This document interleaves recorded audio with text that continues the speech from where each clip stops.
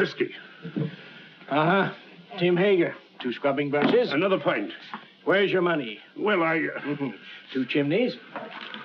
Poster, would you deny drink to a dying man? A man should spend his money on food for his family. Mrs. Scoggins, would you come over here? I want to show you a new piece of material.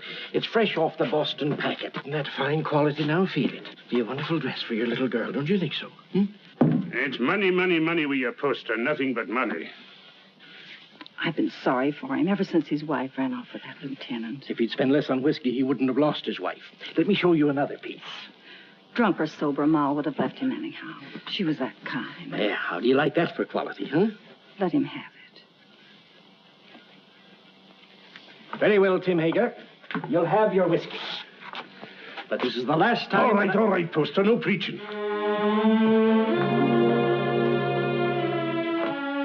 It's his little girl I feel sorry for. Poor little Jenny Hager. Faster, faster! Can't you swim any faster?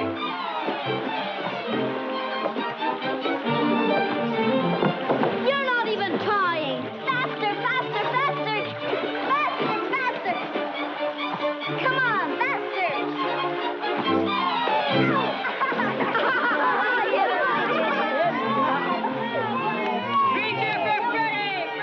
Jenny Hager, you made me lose! You always blame it on something. I hate losers.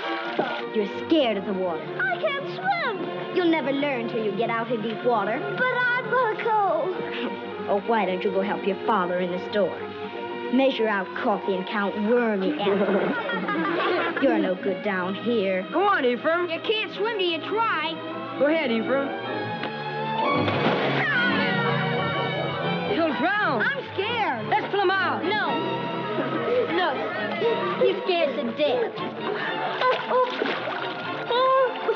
Then he'll drown. Who cares? What's all that racket about? Jeff Starlight! Jeff, run for it. Poor Ephraim. Poor Ephraim. Off it. Come on, boy. Hey, what's going on here? Good gracious. It's Ephraim Poster. What's he doing in the river? He can't swim, can he? Oh, what happened, Jenny? Those awful boys pushed him in. Poor Ephraim. Poor. Nearly poor murder, that's what it is. If it hadn't been for you, Jenny, he'd have drowned. You all right, Ephraim? The boys didn't do it.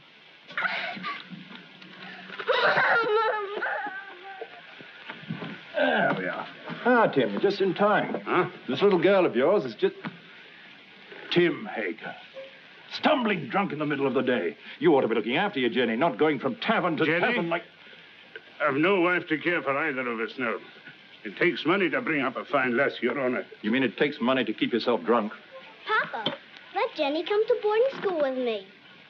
Would you like to come to boarding school with me, Jenny? Would you? Boarding school? Yes. I'd like that. I can't send you to boarding school, but you could come live at the house and earn your keep, I guess. Help in the kitchen and run errands for Mrs. Saladine. No. If I can't go to boarding school with Meg, I'll stay with my father. All right. He is your father, at least in the eyes of the law. Now, you look after that girl of yours, Tim Hager, and stop being a disgrace to Bangor. Thank you, Your Honor. Drive on. Now, young Poster, we'll take you to your father's store. That tight-fisted, sour-blooded old skinflint.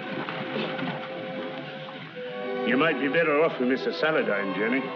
Not in Mrs. Saladine's kitchen. I've no money to bring you up properly. Never mind. Before long, we'll have everything. Houses and carriages, horses and kitchen maids. All those things, my lass, you're a wee bit young. Just as soon as I grow up, we'll have everything we want. Because I'm going to be beautiful. Empty. Beautiful.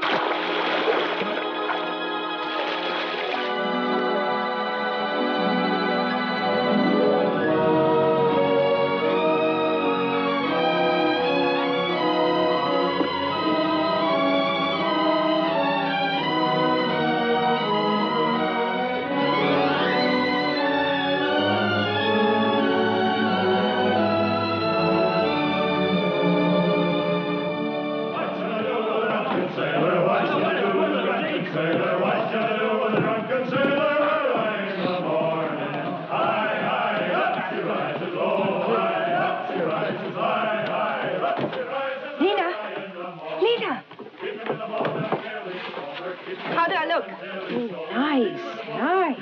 Enough ribbon? Not for me, but the real ladies have different ideas. Oh, get some more color in your cheeks. And bite your lips whenever no one's looking. Men love red lips. Let's go down and meet the packet. Why should I? The sailors will all come up here anyway. Oh, but the best ones get picked off down at the dock. Listen, honey, with your looks, you don't have to worry. Why, you can get the youngest and the best-looking man on the river. I don't want the youngest. I want the richest. Jenny, that's a recipe for trouble. Don't worry about me. I can handle trouble. I know you can.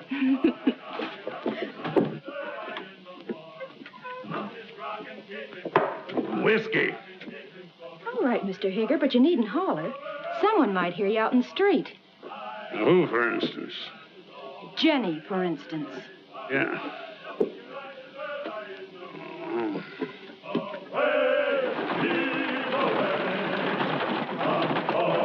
Put some life into those men. Come on. Heave. Away. Heave. Yo-ho. Heave. Away. Heave. Yo-ho.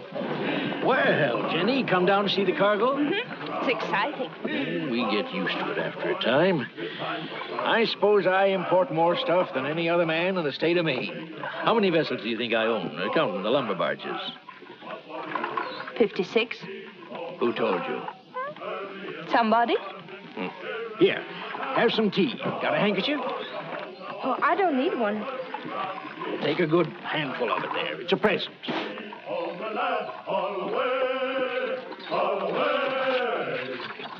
The work was hard and the voice was long.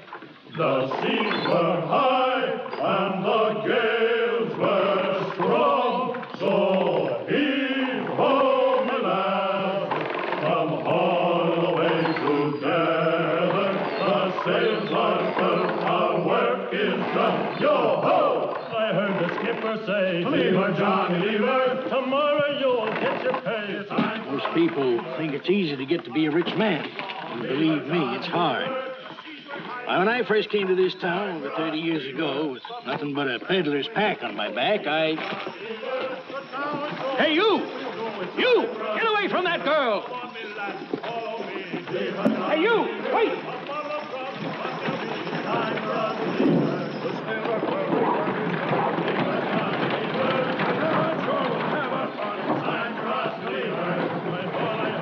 Lever, Johnny, lever, tomorrow you'll get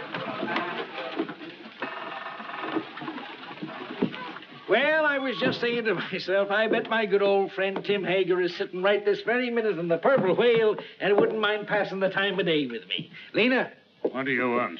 a glass of whiskey for Mr. Hager. Sure. Go on, Tim, drink up. The next one's on me. You'll not tell Jenny? No, of course not. I promise her not to touch it. Your Jenny. You know, she's getting so she wants to boss everything and everybody. She's grown too beautiful for her own good.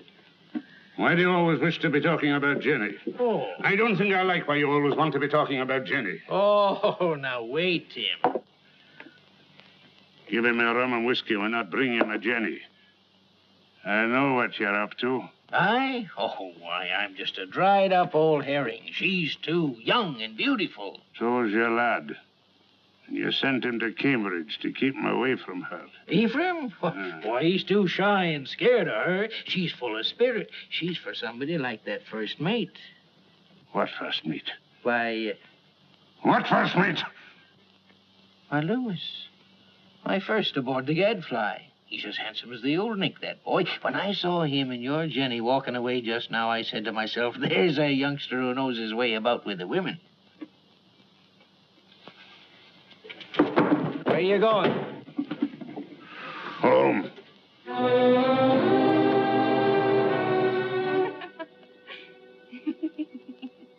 Good night. Oh, once I loved a pretty girl that I called Jenny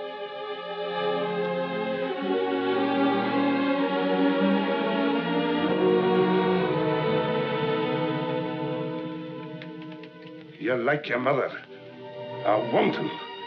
That's what you are. just like your mother. You'd like to keep me here forever, wouldn't you?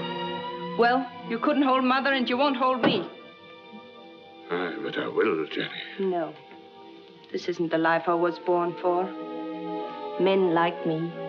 And it's the men who have the money in this world. When a proper man comes along. You'll take him walking in the dark and kill him, most likely. I know you don't want any man ever to look at me. But they do. You lead them on, Jenny. It's so easy for you to turn a man's head. Not with you at my elbow all the time. There have been dozens of proper men ready to take me out of this trap. But will you ever let me go?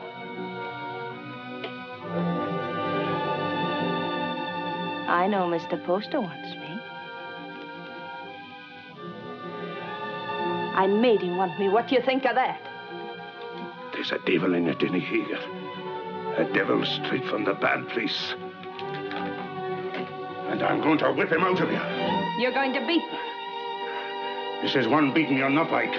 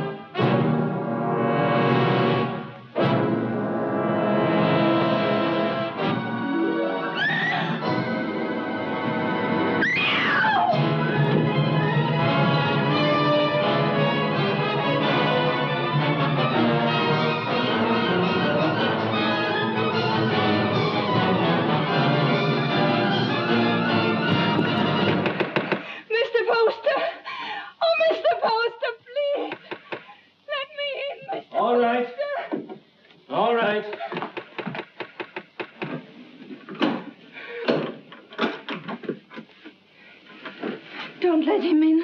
Don't let him get me. He'll kill me, Mr. Poster. What is it, Jenny girl? Who's after you? Father took after me with a whip. Land of promise, Mr. Poster. Come help her, Mrs. Hollis. There now, Jenny. Don't worry. Everything's going to be all right. You bathe her and rub some butter on them bruises and put her in my bed. Oh, that Tim Hager, he ought to be birched. That would take 6 men to do it. He's big, Mrs. Hollis, but no bigger than righteousness. If the town don't birch him, he'll be birched by the Lord. You showed good sense, Jenny, in coming to me. I'll do this. You stay outside. Oh, there now. If you keep on crying, your face will be all swole up tomorrow. And that's no way for a pretty face to be. He held me with one hand so that I couldn't move. And then he beat me until I thought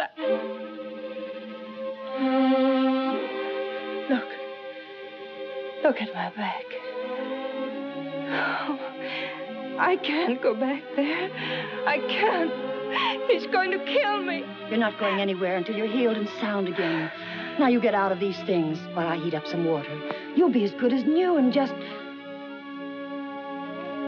Yes, Mr. Poster. Something you wanted?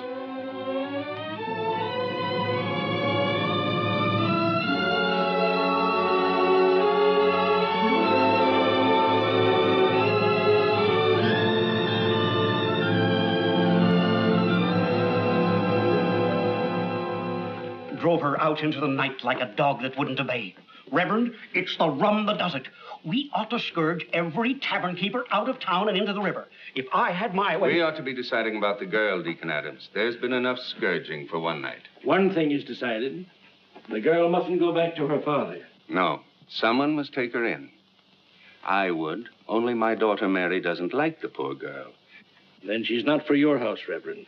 Make a bad situation worse. I guess we could use her to clean and maybe help in the kitchen.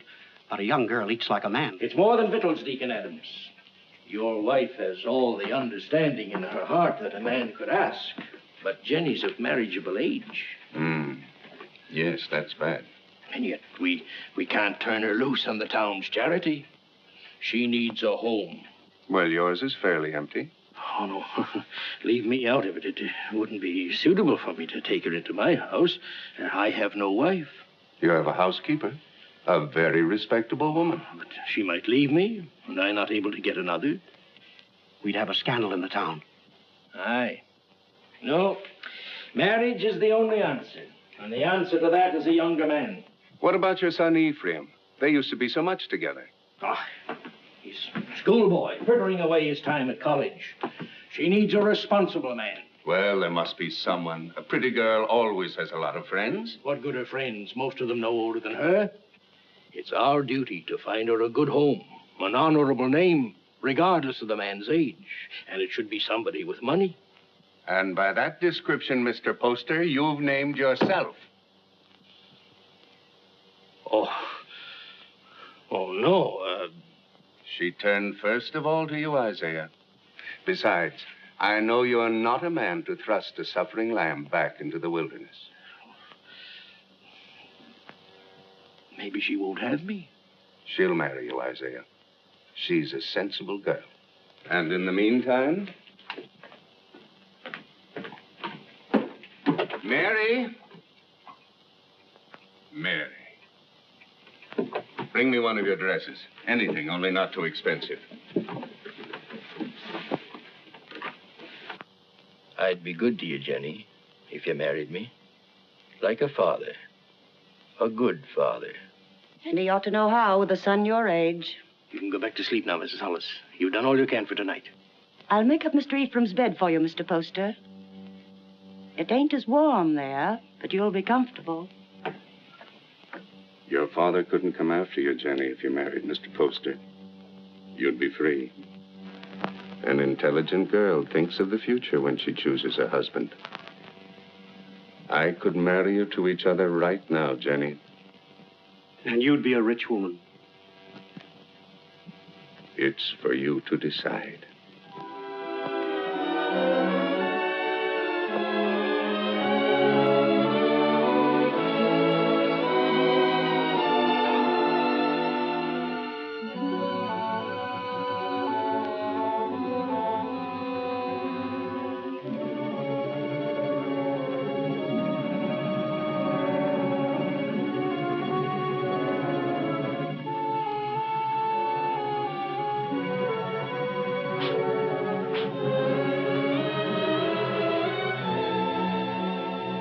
And when my father died, I turned to the only friend I had, Mr. Poster. He was very kind, taking me into his home and giving you a nice young mother. Think of all that means, Ephraim. You must learn to say yes, ma'am, like a proper son, because I shall demand obedience and love. And if you refuse, my dear son, I shall punish you by not kissing you goodnight. Now, Ephraim, do come home and see what a fine parent I can be. I do think families should be close, don't you? Jenny. Why, Meg Saladine, come in. Oh, if you're busy, Jenny, I can... No, don't go away. I was just ordering something from Boston. Something to brighten up the house. How nice. Mr. Poster's a very lucky man. This has been a very lonely house for him. Oh, I'm going to make a lot of changes. Meg. Yes? Will you help me? Of course, Jenny, of course. The water glass always here. And the wine glass here. And, oh, Jenny, you'll have to get rings for the napkins. Now, the biggest plate here. Oh, money changes everything. All I ever needed before was a knife and a spoon. But you want to be a lady. Give dinner parties and entertain your husband's friends. I'm sure Cleopatra never bothered about napkin rings. She didn't live in Bangkok. Oh, that wouldn't have stopped her. It wasn't by knowing how to set a table that Cleopatra got along. Oh, Jenny. Every time I say something true about men and women, you say Jenny.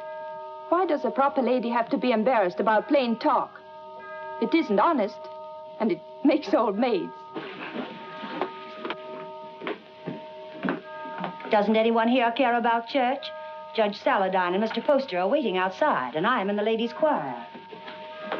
Didn't apply to me, that remark about old maids. I've already met my very special gentleman. He's not anyone in Bangor. His name's John Everett. He's Wood's boss for her husband. And he's a very educated man. Is he young? A little older than I am. Good looking? He's beautiful.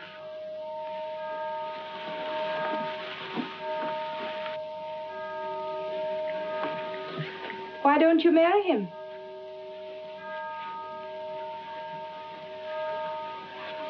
He won't. He has no money. Oh, that's nonsense. Does he love you? Yes. And you love him? Then make him marry you. Oh, Jenny, I wish I knew how.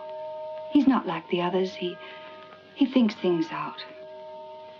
I'd know how.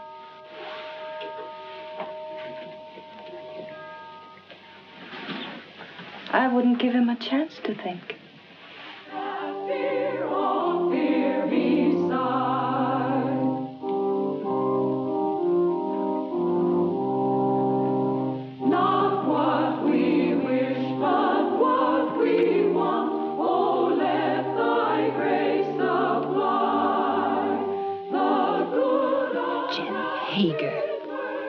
Jenny Poster.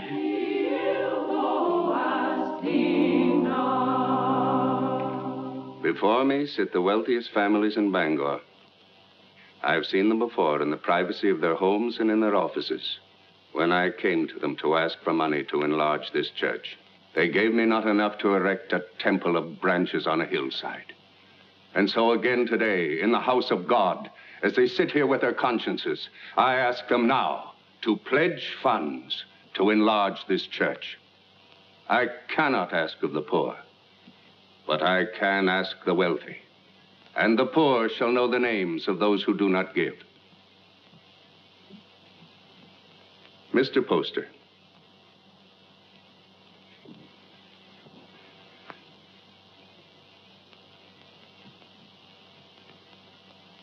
Judge Saladine? Mr. Burroughs? Mr. Bailey? Mr. Clayton? This is intolerable. If you have no feeling for your fellow men, at least take some interest in the welfare of your own children. Grog shops and low houses cover every inch of our waterfront. Our wealth is poured into Devil's Half-Acre. And our young men, your sons, have nowhere else to go. Give me a bigger church, and I'll keep them here. Will no one pledge to the church more than just enough to save his face? Mr. and Mrs. Isaiah Poster will contribute $1,000.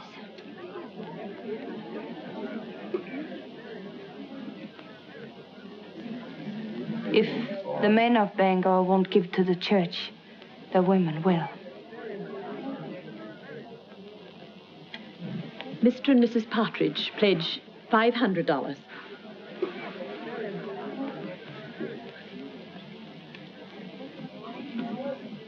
Judge Saladine will pledge $1,000. Jenny, I want you to go on working for the church. A church can endure only upon deeds and not lip service. I'd say her lips have done you enough service. $1,000. If you think I've so much money, you ought to... Stop it, Isaiah. You're the luckiest man in Bangor. Oh, Mrs. Poster, I'm so glad to see the younger members taking an interest in the church, and I must apologize for not calling on you directly after you were married. That was a wonderful contribution, Jenny. He's a wonderful husband to let me make it. Good morning.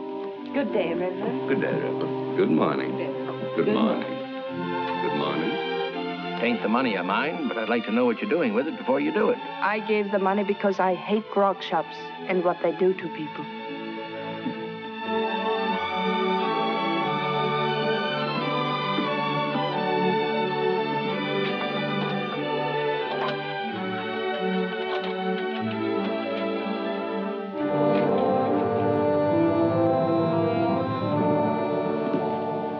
How are you, Father? Hello, Mother. My name's still Jenny.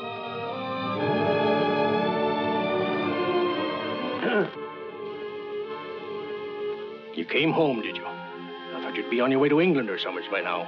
Oh, England is full of architects. I knew you'd come home. Isaiah told me he sent you money to travel for a while, but I didn't think you would. I came close to it. I didn't know whether to mind your letter or mind his and go away. It's easy to see which one you thought more of. Now, why do we stand here? Let's go in around.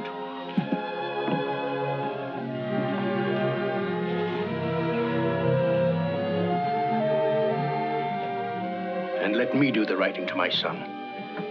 Mr. Ephraim. My Mr. Ephraim. Why, you've grown as much as you ever will, haven't you? Oh, I'm stunted. They don't know how to bake an apple pie in Cambridge. You'll have one every day if only you'll stay here. He'll stay.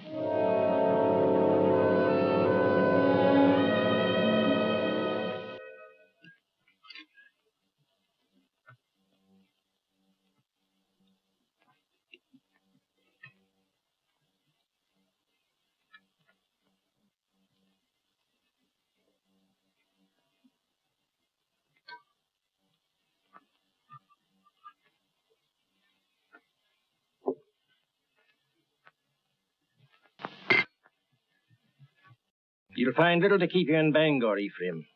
After your fine ways in Cambridge, you'll be hard to please in this town. I thought I'd come home and go to work, sir. Work? Yes. What's your time worth to anybody? What did you ever do but waste it? It wasn't wasted. He's an architect. And a good one, too. How do you know? The same way you know he ain't. You heed my advice and you'll go someplace more suitable to a gentleman. Bangor's a boom town. Loud, rough. Growing faster than law and order.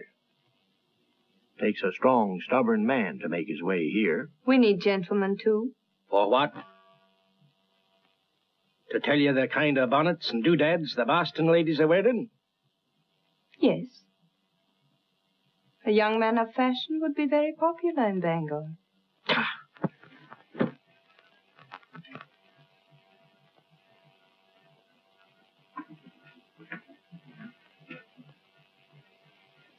I'll join you later. Well? Yes, Father. But you said yourself that Bangor was a boom town. Fortunes are made every day. Rich people will want fine houses. You heed what I said in my letter. Travel a bit. What makes you so angry with me? All I did was to come home. I get angry at you because of your ways. You think I don't know how you've been spending my money. Hard drink and easy women. I know your kind. Isaiah, you shouldn't upset your father. I'm sorry. All right, Father, I'll go away. If you really want me to. I don't think he does. You want your son to live at home, don't you, Isaiah?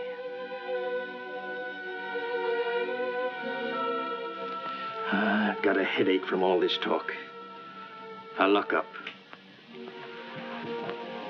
It's time we all got some sleep.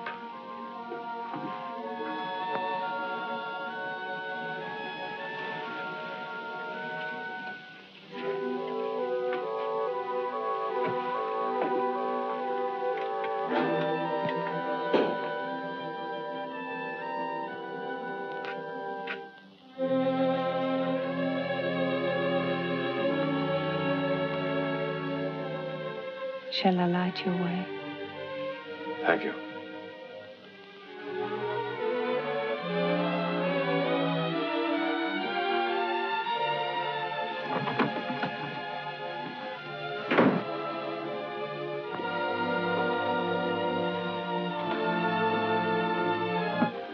It's been a long time, Ephraim, hasn't it?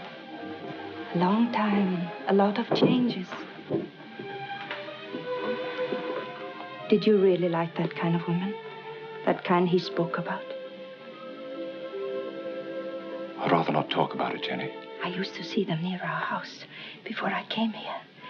I used to watch them and wonder about them. I can see how women would be attracted to you. All kinds of women.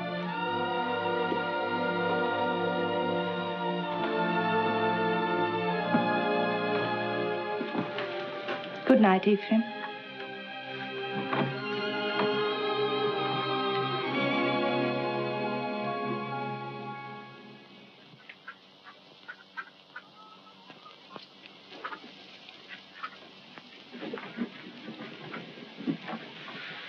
Got everything? Yes, all the groceries. But no spectacles. They're hard to find. I'll tell Dr. Mason to bring you a pair when he comes by tomorrow. All right?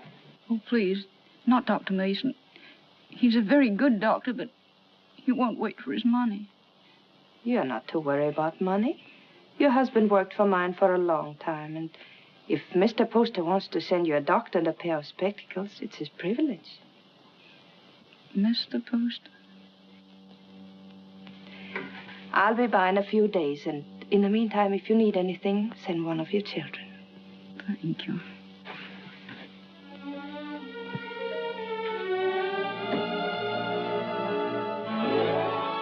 That's the way to hold your place in the town, Ephraim. And the people love you for it, Jenny.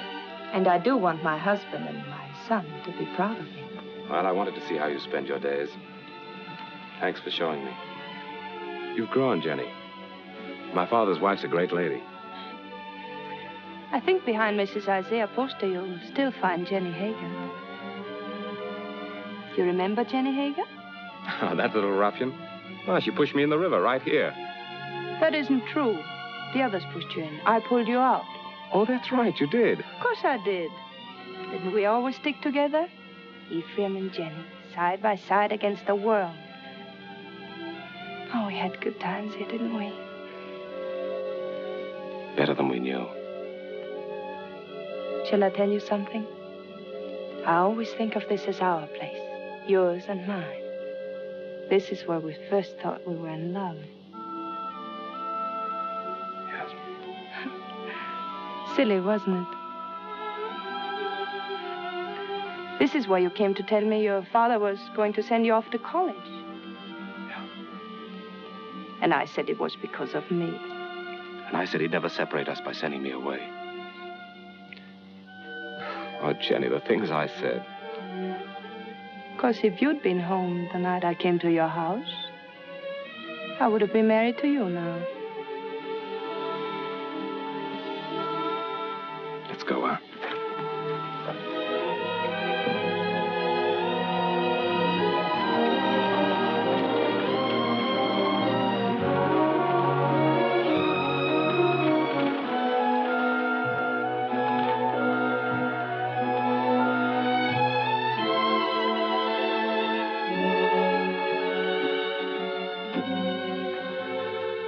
Come into the store and wait on me the way you used to. Another time, Jenny. I want to go up and talk to Father.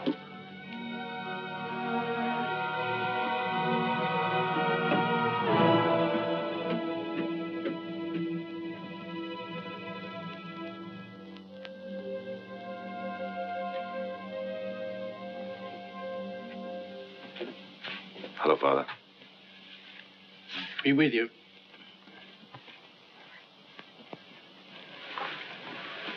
What you been doing all day? Oh, driving Jenny around. Mighty popular in Bangor, isn't she? She does a lot of good. Spends a lot of money, you mean? If you really minded, you could put a stop to it. You're very happy with her, aren't you? Yes. Father, I'm going to take your advice. Bangor's no place for me.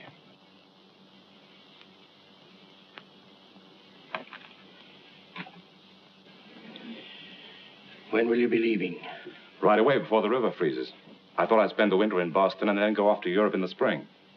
I think your father needs you here, Ephraim. Why, Jenny, you feet like a bird. I didn't hear a sound. You want him to stay, don't you, Isaiah? Why don't you tell him you want him to stay? Can't you be honest with your own son? I'm honest with everybody. You might be of some small use to me if you stay on. But if you don't like it here, get out. Only don't come meeching back again. If you go, I'm through with you. I'll take you home.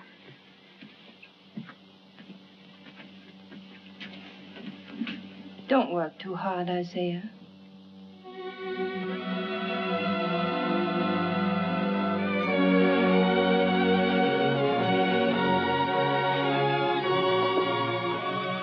Surprise.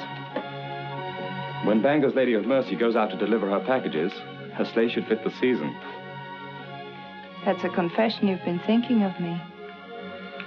Of course I think of you. Yet you've been avoiding me. Careful. Paint. Put it down.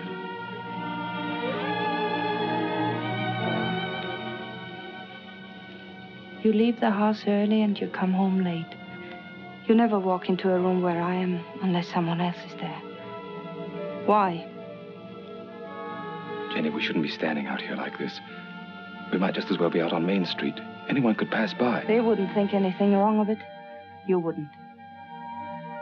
If you weren't thinking of me as you do. Jenny, you're married to my father. And his son loves me. He's been so good to both of us. His son has always loved me. I should have gone away. But you couldn't. Because you love me. Yes, I've loved you since before I knew the meaning of the word. The day I came home, the time you kissed me. The moment I said I'd stay here, I've loved you and loved you and loved you. Jenny! Jenny!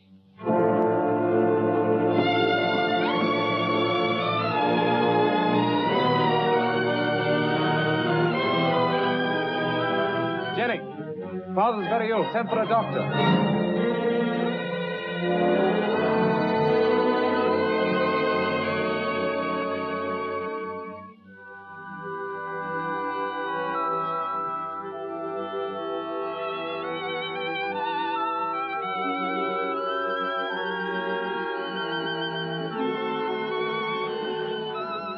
Jenny.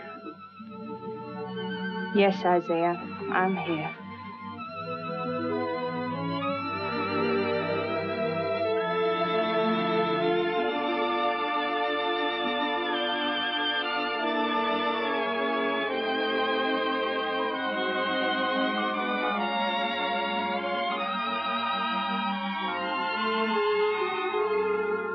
You keep this up and you'll fall in your tracks.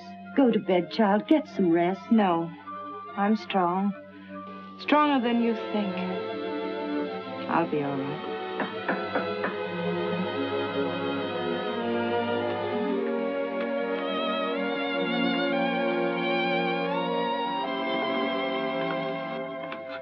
How is he? Just the same, sir. Is there any possibility of speaking with him, Jenny? There's trouble in town. Dr. Mason says warm weather might bring him around. But that's a long way off. We're at our wits' end. There are too many people in town, too much idleness. Did you hear the shooting last night?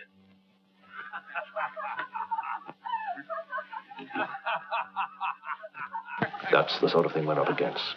Lumberjacks coming to town between jobs with rum and women on their minds. He told us 2 years ago we should have a police force. We should have listened to him. Well, Jenny, take care of yourself. Meg sends you on love.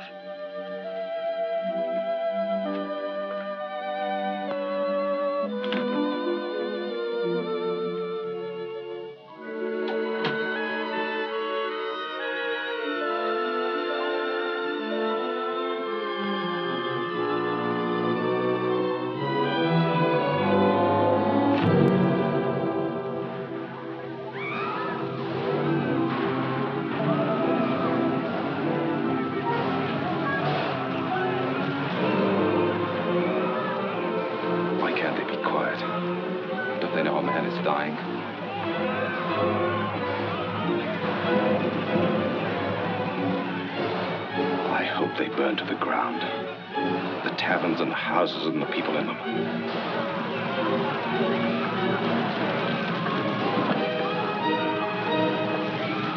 Judge Saladine. There you are.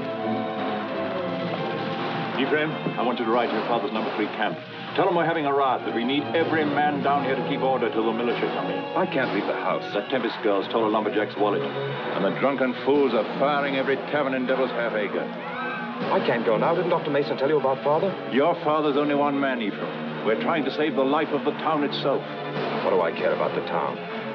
Maybe it needs a good fire to clean it up. He'll go. I'll stay with your father, Ephraim. Hurry, Ephraim. We need those men.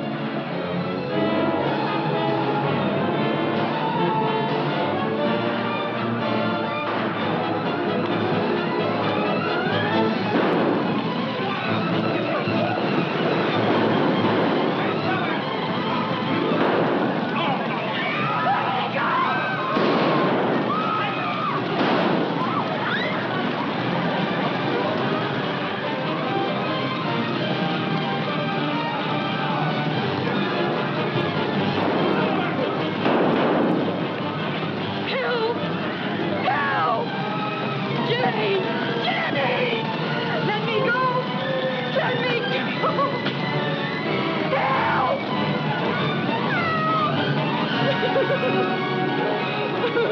Smoked you out, didn't he? Where's my money? I didn't take it. I didn't take it. Where's my money? Let's give her a bath. That'll lose their tongue. Let her go. Keep out of this, ma'am. People are getting hurt. I didn't steal his money. He was drunk in the back room. I only came in to take away the glasses.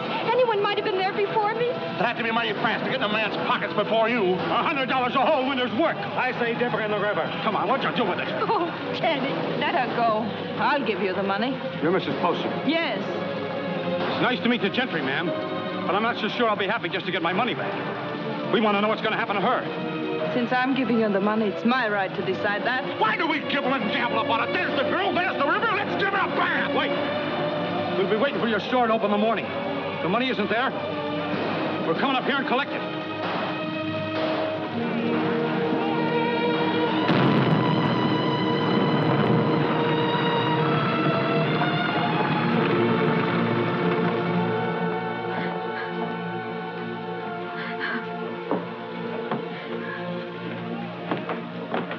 They're crazy with drink, Jenny. Burning and shooting and stabbing. I didn't take that money. Why, the town's so full of thieves and pickpockets, it could have been anyone. They were going to tar and feather me. I hid upstairs under the rafters. They burned the place to the ground.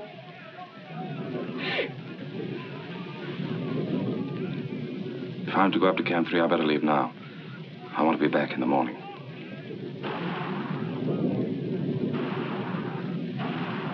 Oh, Jenny, what am I going to do now? I no place to live, no place to go. It isn't right, Jenny, to be smoked out in the streets like an animal. I don't want you to worry about it, Lena. I want you to rest. Lena, do you remember the house I used to live in? Well, I want you to stay here for the night, and tomorrow you move in there. Won't cost you a cent, and if anyone should bother you, you come to me. Oh, you're good, Jenny. That's why you come up in the world. That's what I tell everybody about you.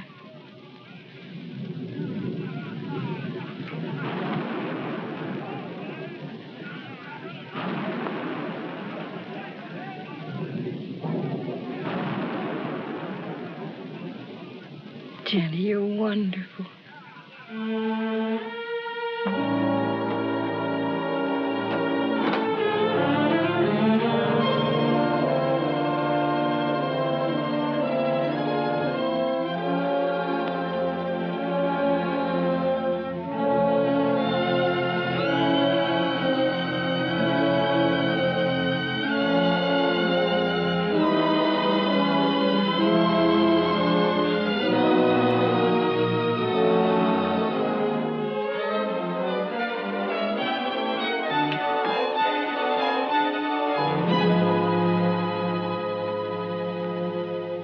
Are you going to take the carriage or the brown mare?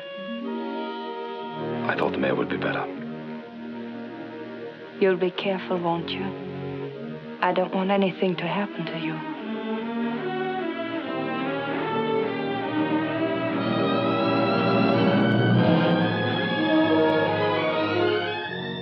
Mrs. Poster? Oh, Mrs. Poster?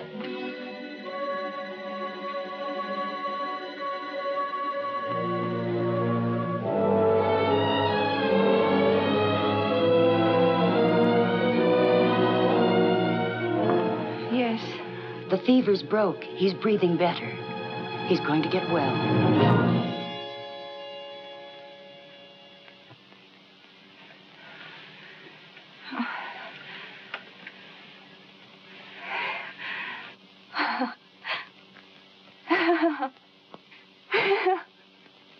Jenny, my poor child.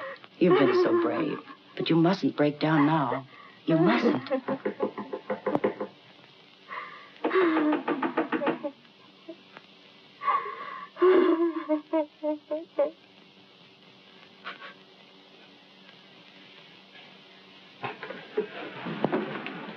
Has Mrs. Poster gone to bed? Does she ever go to bed, the poor child, nursing and tending her husband? Tell her to come to the Saladine house. The girl will need her. What's the matter? Judge Saladine got into the fight. Hurt? Dead. Ask Mrs. Poster to come with us. It needs a woman to tell the girl. Mrs. Poster's been under a great strain. She's gone through enough.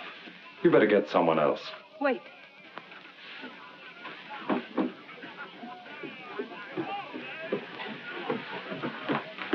Pack my things and send them to the Saladin house. I'll be spending the night with Meg.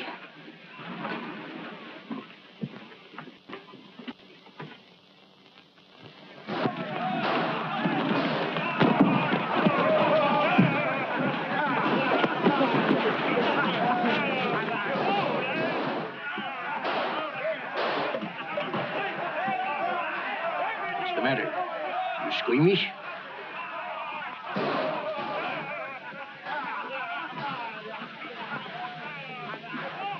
They're still fighting. Can't someone ask for permission to bury the dead? I did. So we all sit about and wait for the liquor barrels to run dry. The loafers and drunkards have taken over the town. And for 3 days, a man like Judge Henry Saladin can't be carried to his resting place. There's a fine victory for rum. Don't talk like a fool. When those woodsmen come in from the timber, they want some excitement after the winter's work. You take away their pleasures, they'll go to work in another part of the country. Which only proves that we've got to have a police force. Some sort of city government, that's all. You've been too tolerant a man, Isaiah Poster. Too interested in lining your pocket. When my lumberjacks come down from the hills, they'll patrol the town till we get him decently buried. Why don't you lie down for a while? You worried about me, Jenny? That you'd found out what kind of a tough old tamarack you'd married.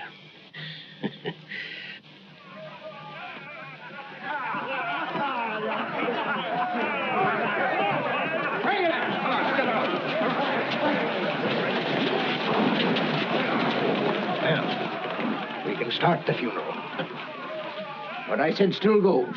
Get a little law and order in the town, and the grog shops can stay. It's good for business. Where are you going? Those are my boys. Going to give them orders.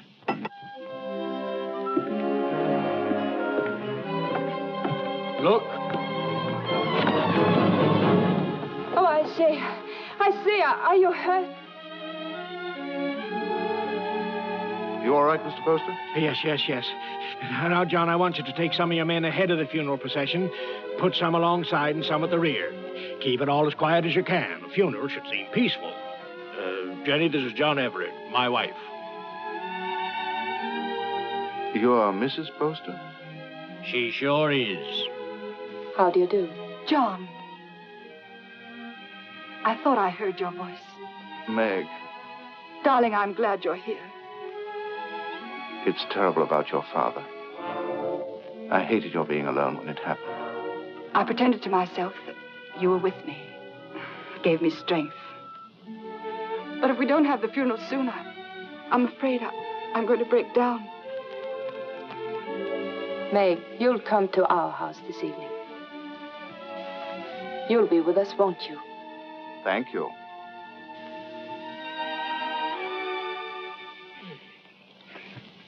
No, those aren't my after-dinner pills. These are from my spleen. Let me look again. I'll find them in a minute. And bring a glass of tepid water. Yes, Mr. Poster. Shall we go into the parlor? No, Jenny, leave them alone. You know how young folks are. John has to go back to the camp in the morning. Go back? Yes, of course. Darling.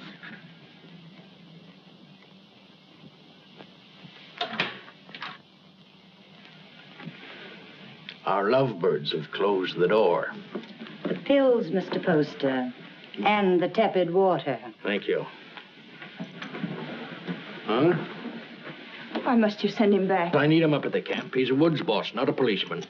Of course, if your business means more to you than the safety of your home and family. Jenny, he's got to get that timber cut. That's all there's to it. I'm sorry we were so long, Jenny. I thought you and Mr. Poster would come in. I wanted you to be alone.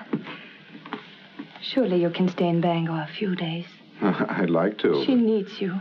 But I'm afraid I'll have to be away for a little while. She won't be alone. I'll take care of her. Till you come back. Well, thank you. That's very good of you. I don't want your father to trade these for whiskey. They're for you and your sisters. Mother said to say thank you and God bless you. On to the kitchen and thank Mrs. Hollis. After all, she feeds the chickens. And there's room in the basket for a slice of pie. Would you like a ride in my carriage, Jacob? I can drop you off on the way home. As soon as I get the pie. Isn't it a beautiful morning? Jenny, I've been wanting to speak to you. You have? What about? Well, not here. Let's walk down to the river. Oh, but not now, Ephraim.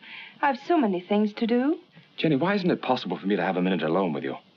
We're alone now. It's not my idea of privacy. Mrs. Hollis in the kitchen, Father home every day, Meg following you about. I'm sorry. That's a very short answer, Jenny. What is it? Have you seen somebody else?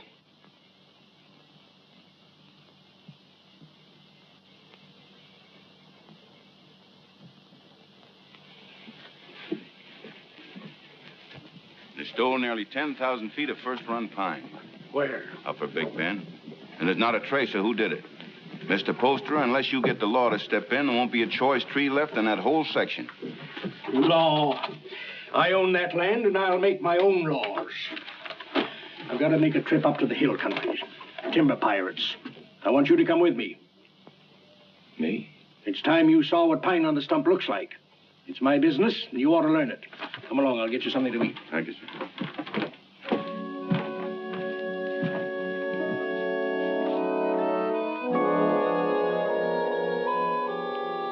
Jenny, What are you waiting for?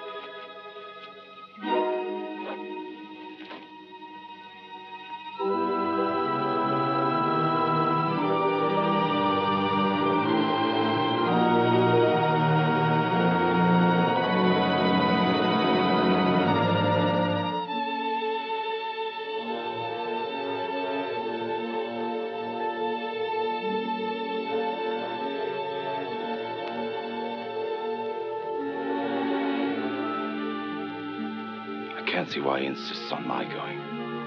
I'll be dead useless weight, and afraid of the water besides. Boats would be bad enough. These will be canoes, flimsy Indian canoes made of birch bark.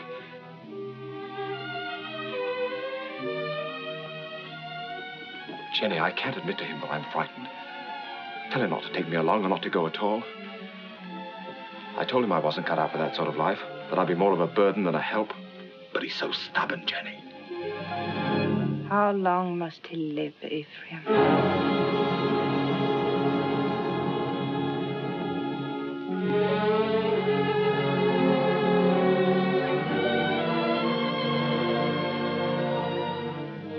How long must he live between us? Jenny, don't talk like that. I want you to do something for us. But you're afraid. I could promise you so many things, and yet you're afraid. He's my father. As long as he's alive. Why does everything frighten you? You're going to make me very angry. And if I get angry and go on wanting you the way I do, I might tell him what happened between us. Nothing has happened between us. No. But which of us will he believe? Jenny, you couldn't. You know what that would do. He lived a full and useful life. It would be a pity to see him die. But a greater pity to see his life ruined. With a lie.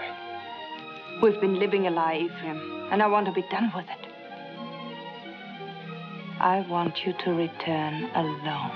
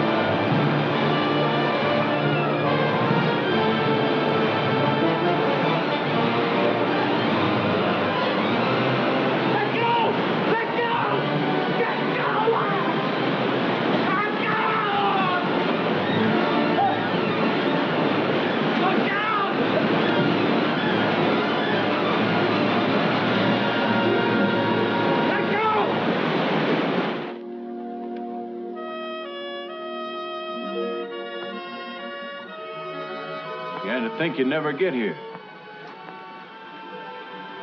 Where's the old man? Where's your father? What happened? What happened? He make old man die. Now, we go through swift water. He afraid. He stand up in canoe. And the canoe turned over. Mr. Poster was too weak to swim. They fought to see which one would get that bailing bucket. I guess you can see who won. He's dead? I guess he is, ma'am. Where's his body? Must have settled in the quiet water further down. I'm sorry, but we hunted all we could. I'm sure you did. That's the whole of it. Except what Mr. Poster here can tell you. If they hear of anything, they'll let you know. Thank you. Jenny, believe me, it wasn't my fault. I was afraid. You know how afraid I am of the water. You can't come into this house, you wretched coward. You killed your father.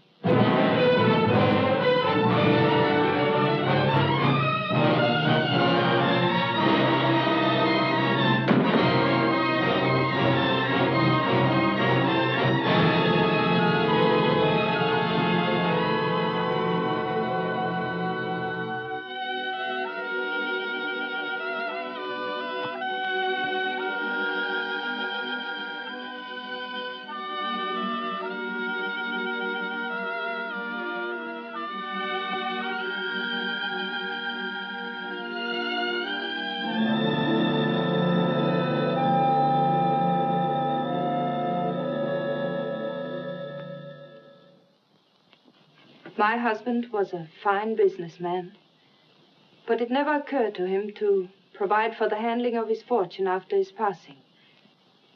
Well, there'll be no cold on Friendly Bank telling my woods bosses what to do.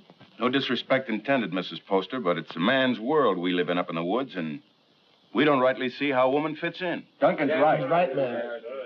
You'll go right on living in your world without interference. I'll own the properties, but you'll take your orders from your superintendent, John Everett. That's fine. That's fine. That's a great honor, Mrs. Poster, but My husband would have selected you, so I'll do it in his place. Thank you for helping me, gentlemen. This will be the first time I ever worked for a woman. Go down in there.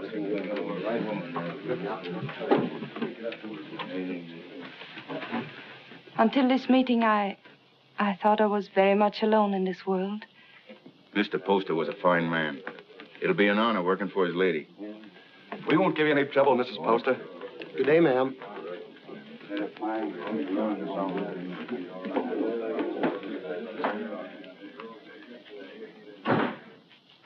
this is a wonderful thing you've done for me, Mrs. Poster. Have you any objections to working for a woman? Well, that depends on the woman. It'll be like managing a kingdom. Mr. Poster used to think of whole townships as other men think of acres. It really is a kingdom he built up. It's too bad. Too bad there's no heir to take the throne? Yes.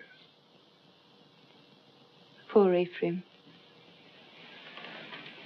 I never gave him a chance to explain. I accused him without proof. What more could you need? They saw him do it. I didn't. And I know he loved his father. You've got to stop brooding over it, Mrs. Poster. You'll only harm yourself, and it won't help Ephraim. I saw him on the street last week. He was drunk. And Deacon Adams was shouting, "You've chosen your damnation, and eternally damned you'll be." There wasn't anything you could do to save him. You're very tired, Mrs. Poster. I won't be after today. I've placed my troubles on your shoulders. Please carry them well for me.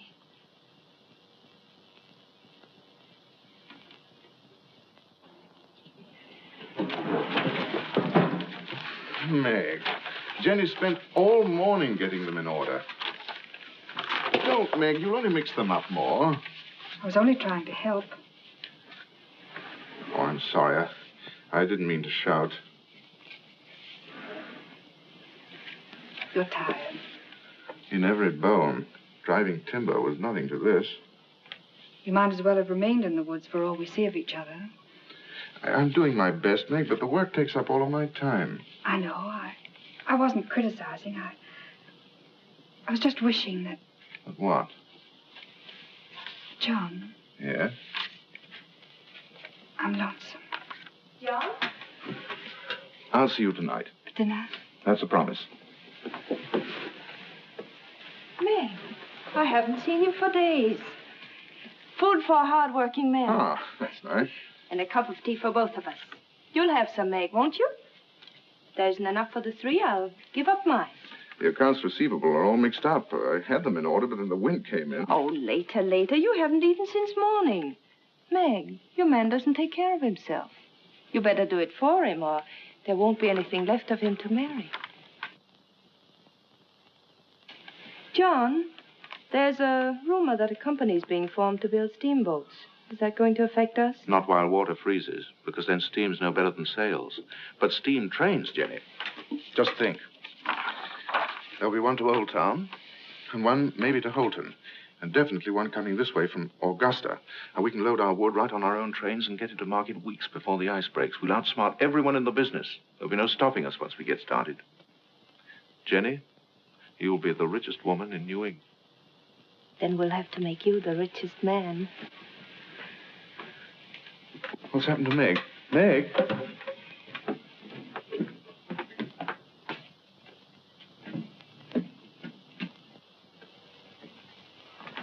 I ought to be kicked all the way up and down Main Street for the way I treat her. She's more understanding than you think. I'll be with the Temperance League all afternoon, so if there's anything important you want to discuss with me now... Nothing that can't wait. It's Mrs. Hollis in the store. Tearing it apart? No, she wants me to drive her home. Working again tonight? I'm having dinner with Meg. Good. Take better care of her, John. You do neglect her. Goodbye. Bye.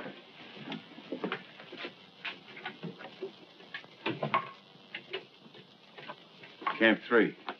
Thank you. She's a wonderful woman. Someday I'm going to pull a bottle out of his hand and bash his head in. Who are you talking about? Young Poster. You should hear the things he says about her.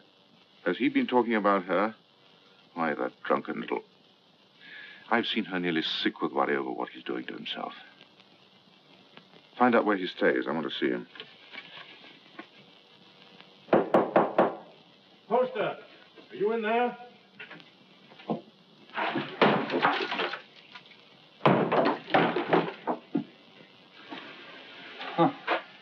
I must be making trouble. Much more than you're worth. I'm worth very little. What happens to me now? Did you beat me up yourself or some of the boys outside? Come in. Drinks for everybody. No witnesses. I had witnesses when I killed my father. That made her very angry. When did you last eat? Other. I like it. She hasn't got you hooked already, has she? You'll kill yourself drinking all this stuff without any food inside you. Come on, let's get something to eat. You're doing me out of my dinner. She doesn't know I'm here, and she didn't tell me anything. That's a lie. No one does anything unless she's back of it. I knew what was going to happen. I was afraid of her. I wanted to leave. She didn't have to worry about that. I wasn't man enough to run away. You in love with her? I happen to be engaged to someone else. What difference does that make? Jenny was married to my father. She told me one night she'd marry me if he died. You don't believe a word I say, do you? You're like everybody. No one will believe me. Go on talking. The night before we were due to start, she made love to me till I was nearly crazy.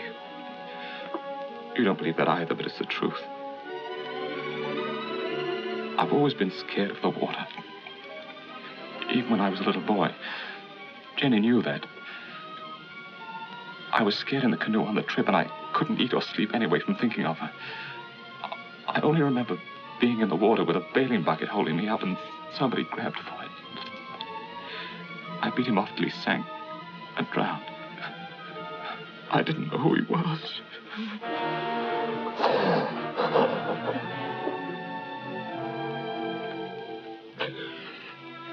She's so rotten.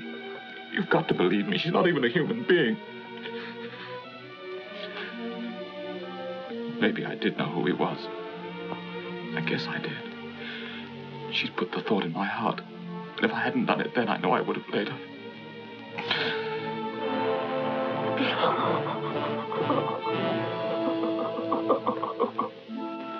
I don't know what you're talking about. You didn't make him love you? But of course I did.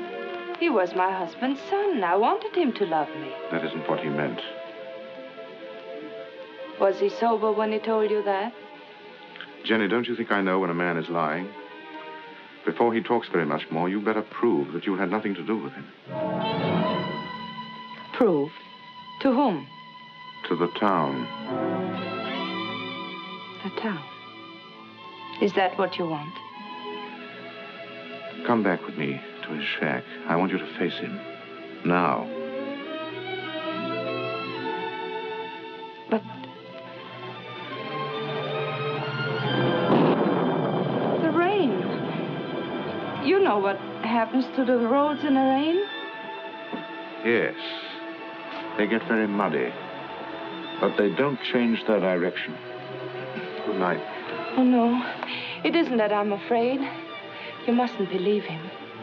Please.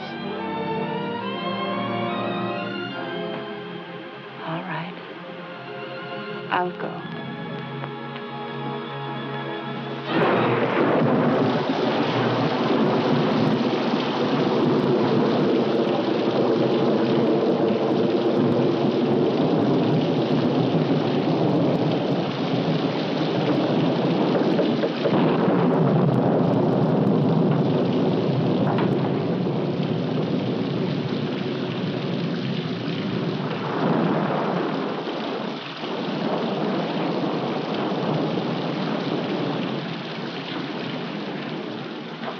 Can't have gone far in this rain. We'll wait for him. I'll put the horses in the shed if you'll light the way.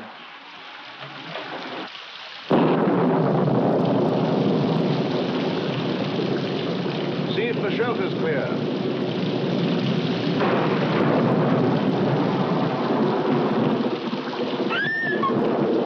What's the matter, Jenny?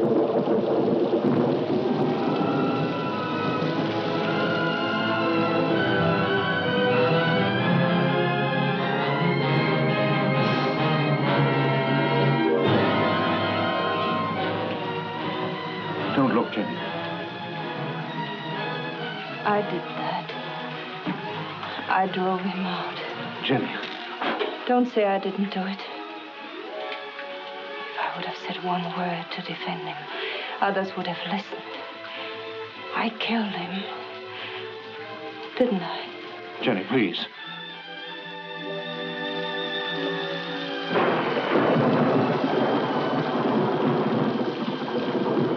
Go inside and sit down. You're shaking.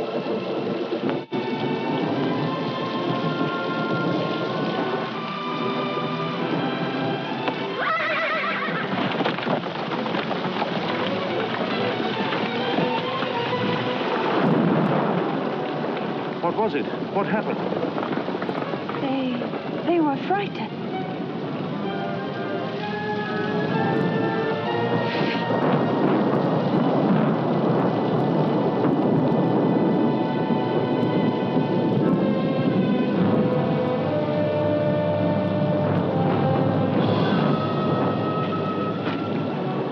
We're 10 miles from town, and we'll have to walk.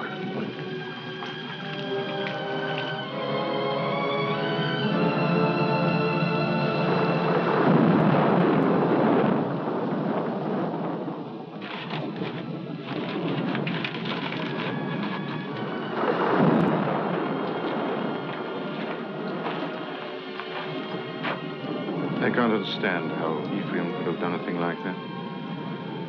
It isn't atonement, it's running away. And you can't run away from the hereafter. It's not Ephraim who's upsetting you. It's because you're here with me. Well, aren't you worried about your reputation? It's a small thing to worry about after that. We better try to sleep.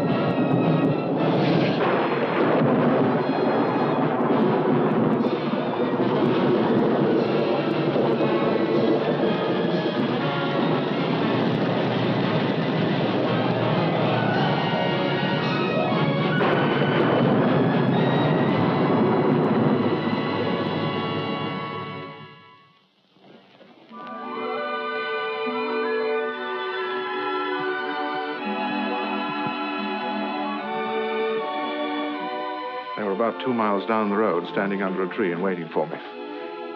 And the carriage? Just a broken axle. I can fix it in an hour.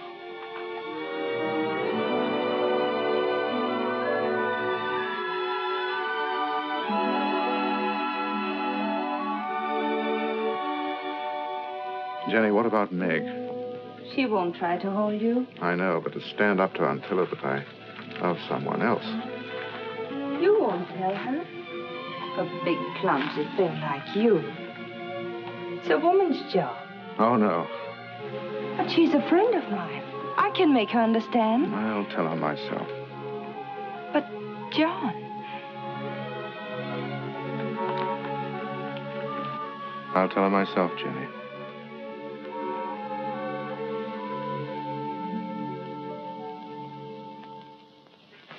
It must have been the storm. That's the only way I can explain it. The storm and the excitement and the lightning struck us.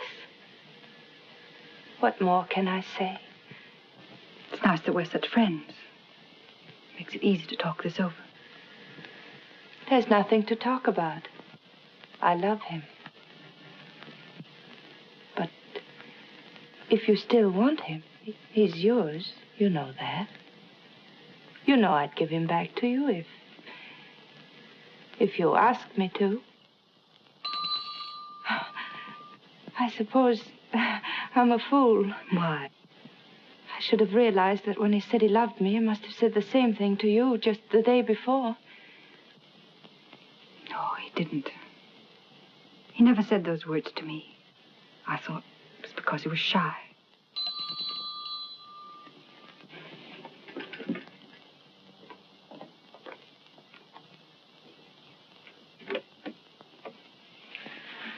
Hello, Meg. Come in.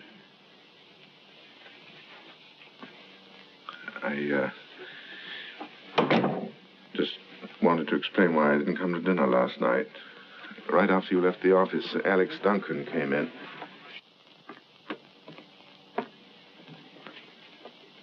Jenny, I told you I wanted to explain this to her myself. I didn't think you should. I'll be waiting for you outside.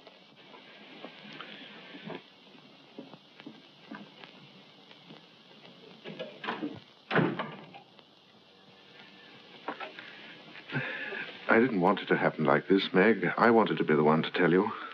I don't see what difference it would make. It's the same story, isn't it? I suppose so. When will you be married? Right away? In Bangor? I don't know. Jenny will take care of the details. I saw this happening a long time ago. There was nothing I could do about it. She's waiting for you.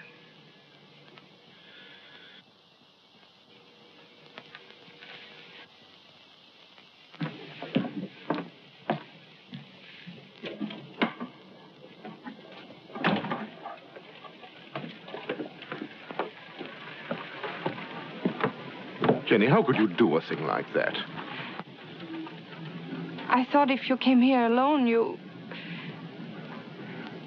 wouldn't come back to me.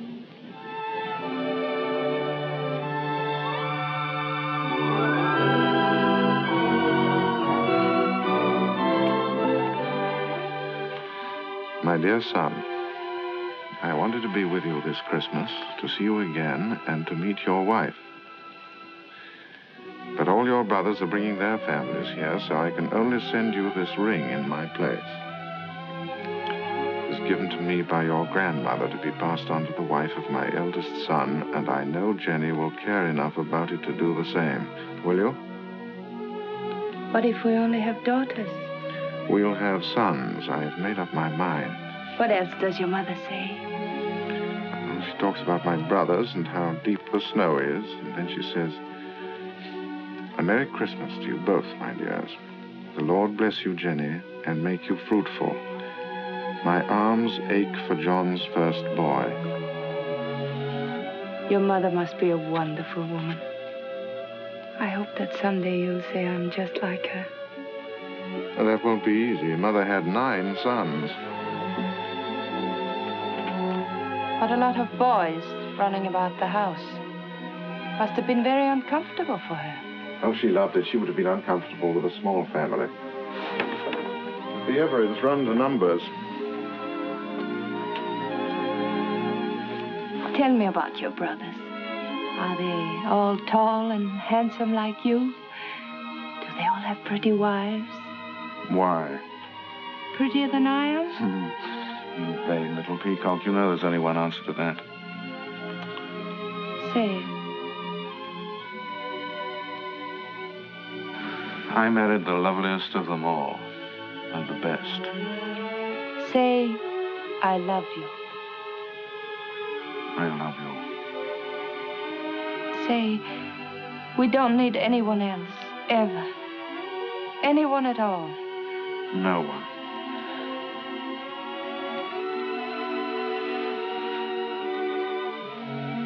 I always lose happiness. I can't seem to hold it. Keep me happy, darling.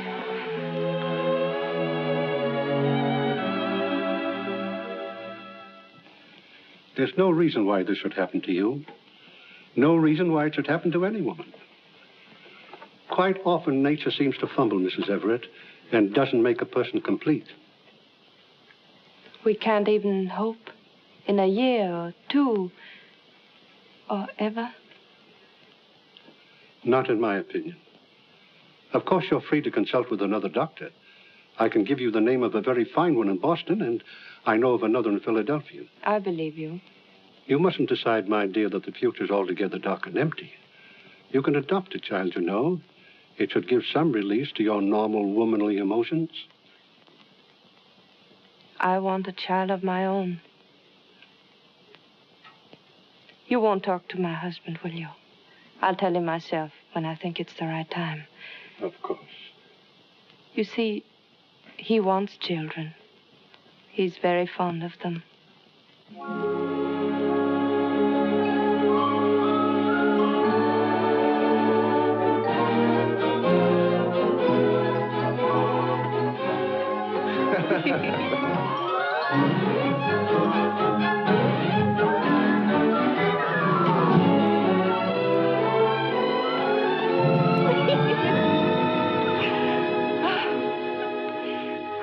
I never knew what love was before you. I know now I was never married to Isaiah at all. Jenny, I want you to forget Isaiah. I want you to forget your whole life before I came into it. You know, a lot of new furniture isn't going to change that house.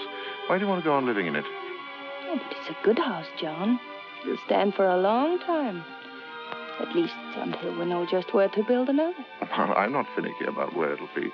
I just think you want to go on living in that old tomb. What do you say, Jenny? Should we start building our own house? But that is our house. Belongs to Isaiah Poster. Let him keep it. Oh, but he's dead and he left it to me. Belongs to him and his son, and it's full to the roof with sorrows. I want to get out of it. I want new rooms and more of them. And for the sake of our children, I want light and air. There are enough rooms now. Which isn't the right house, Jenny. It's too close to Devil's Half-Acre. It isn't the place to bring up children.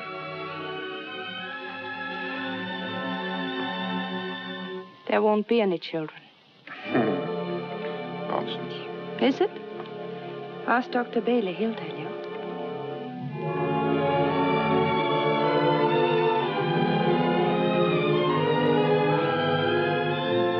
Seems there are some things we haven't talked about. When did you learn this? Some time ago. What exactly did Bailey say? Oh, I don't remember. Makes a lot of difference, doesn't it? How do you mean? Between us.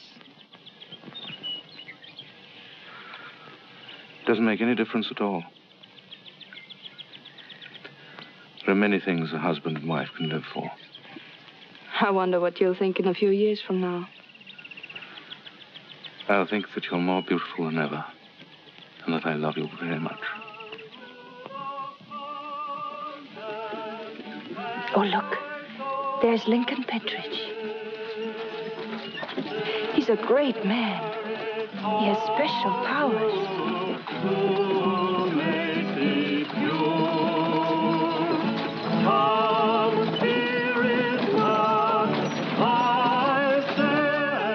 Where was the darkness so great that you thought your sin was hidden? There are eyes that search out every sin. There is a tongue that will accuse you on the judgment day. There is a hand that is terrible in its strength. What is so beautiful as a pure woman? What is so vile as an evil one? The good women of Bangor, such loud amens and nodding of heads, because I spend my fury upon her, and not on you. How pious you are. How good with your eyes cast upward. Can one of you step forward and say, "This is my soul. See how it shines"? Can one of you hope to escape the terror? How sweet are the ladies of Sodom and Gomorrah. How sweet in silks and satins and laces and ruffles here in the house of God. How costly must be the perfume that will not let you smell brimstone. What great secrets are among you? Who is named Vanity? And who is Lust? What woman has put away a husband? Which of you has taken a man from her sister?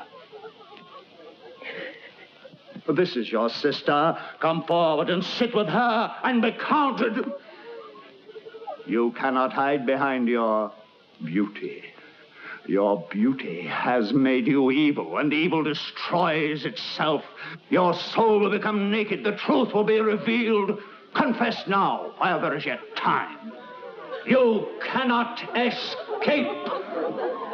You can never escape. There will be no sons to mourn for you, no daughters to weep for you. Evil does not propagate itself. It withers in its own fire and is consumed. The lips of a strange woman drip honey, and her mouth is smoother than oil. but her end is bitter as wormwood, sharp as a two-edged sword.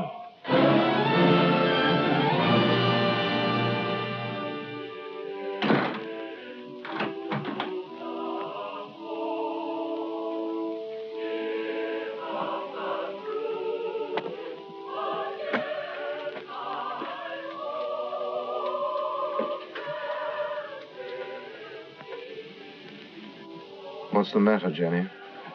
I want light. It's so dark. Why do you go to those meetings? It's not like ordinary church going. You come home exhausted and afraid. He was talking to me. Straight to me. I mean, what is it? The pit he talks about isn't down below, it's up here. I don't know why I listen to him. He tries to trap people. Tries to make them admit things that aren't true. He's not any better than the people he talks about. No, he's right. The town is becoming a sinkhole. That horrible man. To say to me what he did. He wasn't talking. He was talking to people like Lena. Jenny, I've come to a decision. We're going to put Lena out of your house. No. I don't care what she meant to you when you were a child. I'm talking about what she is now. I don't want you to be connected with her. Why not? In what way is she different from us? Except that she's more honest. She goes out of your house tomorrow. I don't want her sins on your hands. You good, righteous man. You hypocrite. Telling others what they must and must not do while you live in this house with me. Do you know what went on in this room before Ephraim killed his father? Jenny. Do you remember the things he said about me? You said he was drunk and afraid. Of course he was afraid. We're all afraid. There's hell opening under our feet. Jenny. This is where he sat. Sit down, John, and I'll show you how I made him kill his father. Sit down and I'll kiss you the way I kissed him. Why do you look at me like that? Why do you pretend everything he told you was true and you knew it? You knew it!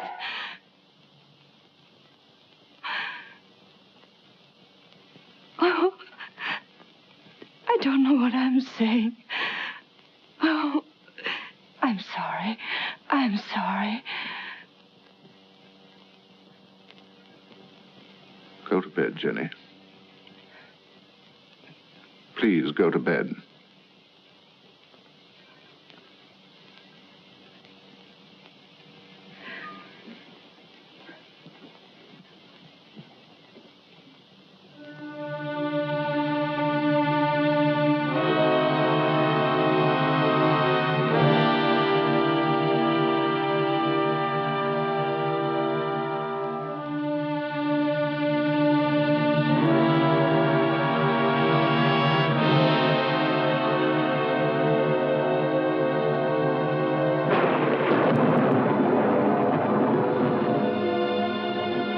John, is Mrs. Hollis back from church?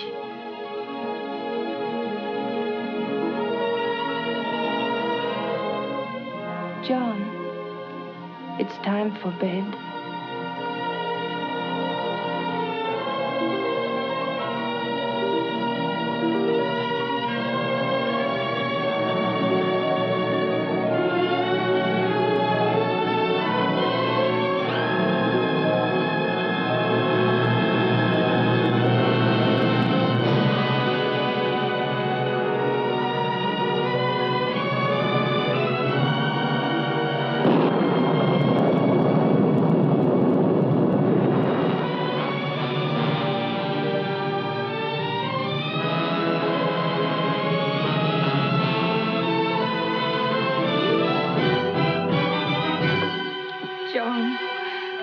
Forget what I said. You know I couldn't have done it. I never believed it. I tried not to believe it. Because you love me. You still do. Yes. Darling, don't be unhappy. We know each other now, and that's good. There'll be no more misunderstandings, no more quarrels. Oh, darling, there'll be just the two of us. No, there won't. There'll be 3. There'll always be Ephraim.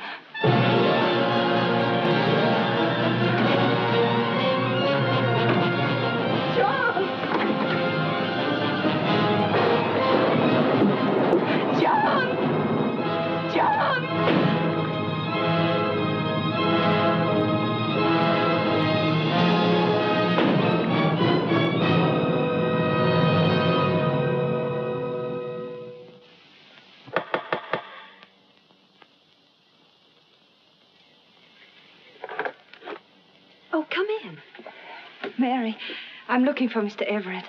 I thought he might be with Reverend Thatcher. Father isn't here right now, but if you'd like to wait... Oh, no, thank you. I have no time.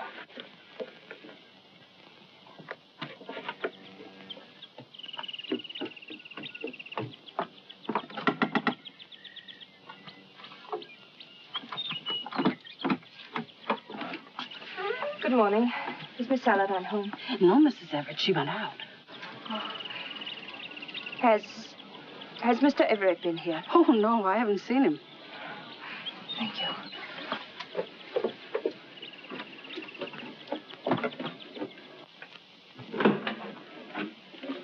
Oh, I thought it was Mr. Everett. Do you know where he is? He didn't come in here, ma'am. I slept here last night on account of the rain, and you're the first one in. Mr. Everett tells me you're sending a school teacher up to every camp with more than 2 families. That's a handsome thing to do, ma'am. I guess you're mighty fond of children.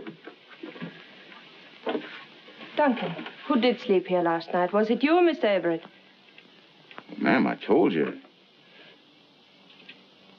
Oh, that's just another one he has. He sometimes... He wore this hat when he brought me home from church last night, and he wore it again when he went out for a walk.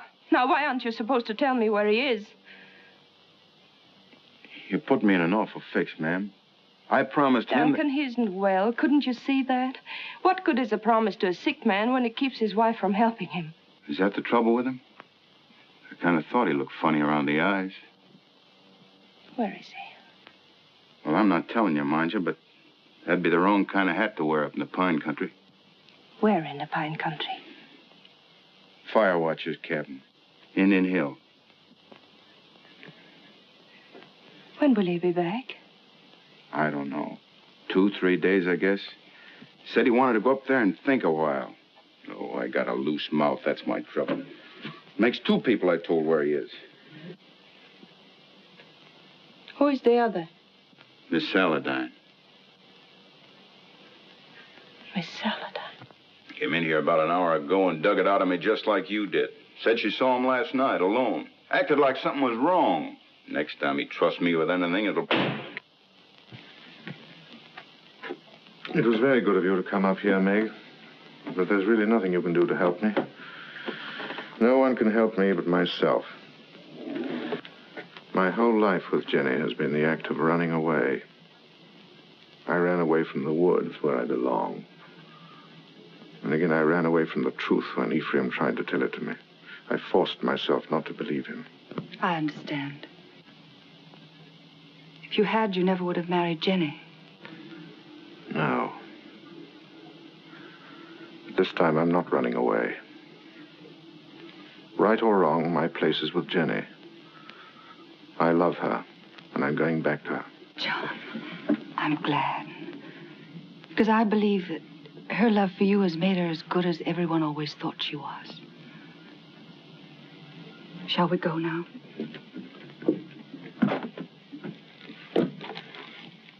Jenny will be anxious.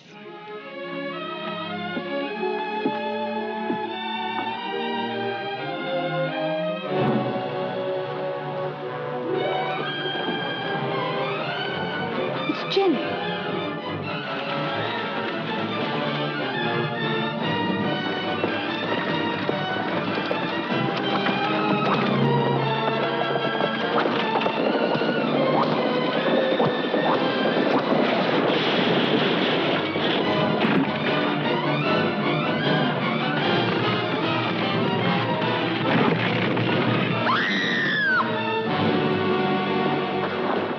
Jenny. Don't move me. John. Don't talk now. Meg! Hurry up and get a doctor. Camp 3. I saw you with Meg, and I know. I tried to hurt you. I wanted to hurt you. Don't, Jenny. Lie still. You don't know how I loved you so much. I'm afraid. Oh, John, where will they bury me? Jenny, don't talk about dying. Don't let them bury me with Poster. Or Ephraim, don't let them. Jenny, you're going to be all right. There'll be a doctor along, and we'll take you home. I know. They'll bury me with Ephraim. They'll bury me in that house with Ephraim. Jenny, darling, listen to me. Nothing's going to happen to you. Not now or ever. As long as I'm with you. And I'll always be with you. I never went away. You do love me. I love you more than ever. I wanted so many things. I wanted the whole world. But it was really only you.